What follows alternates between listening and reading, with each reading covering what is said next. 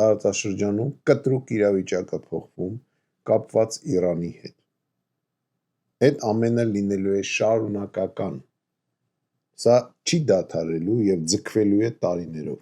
Կարող է ինչ-որ մի ժամանակահատված նորից մի պայմանագիր կնքեն դադարի, բայց մի կես տարի, 6 ամիս հետո նորից սկսելու է։ Ու ապագա սկսելու պատճառը լինելու է այդ թրիպ կոչեցյալ ճանապարհ։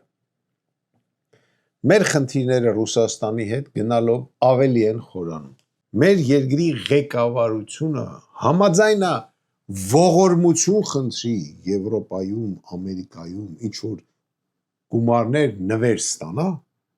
քան կներեք մեր աշխատածը, մեր աճեցրած ապրանքը, մեր արտադրած կոնյակը վաճառի եւ այդ փողը բերի Հայաստան։ Հիմա ո՞րն է լավ։ Ողորմություն խնդրելը ամբողջ աշխարհում, թե ինչ որ բան դու արտադրում ես, կարողանաս տանես, դնես եւ վաճառես եւ փող աշխատես, ո՞րն է ավելի թասիբով։ Մեր հետ եղեք, միացեք մեզ։ Մեր ստորագրահավաքը շարունակվում է։ Միացեք։ Անես չի, որ ես գամ ասում եմ, եկեք դուք արեք, մենք գանք ձեր կողքին կանգնենք։ Չէ, մենք բոլորս պետք է ոտի կանգնենք եւ անենք։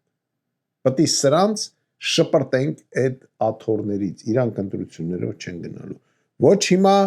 ոնց որ ցույց տվին, ոչ 5 տարի հետո, ոչ 10 տարի հետո։ Այսինքն նկարելով, մարդկանց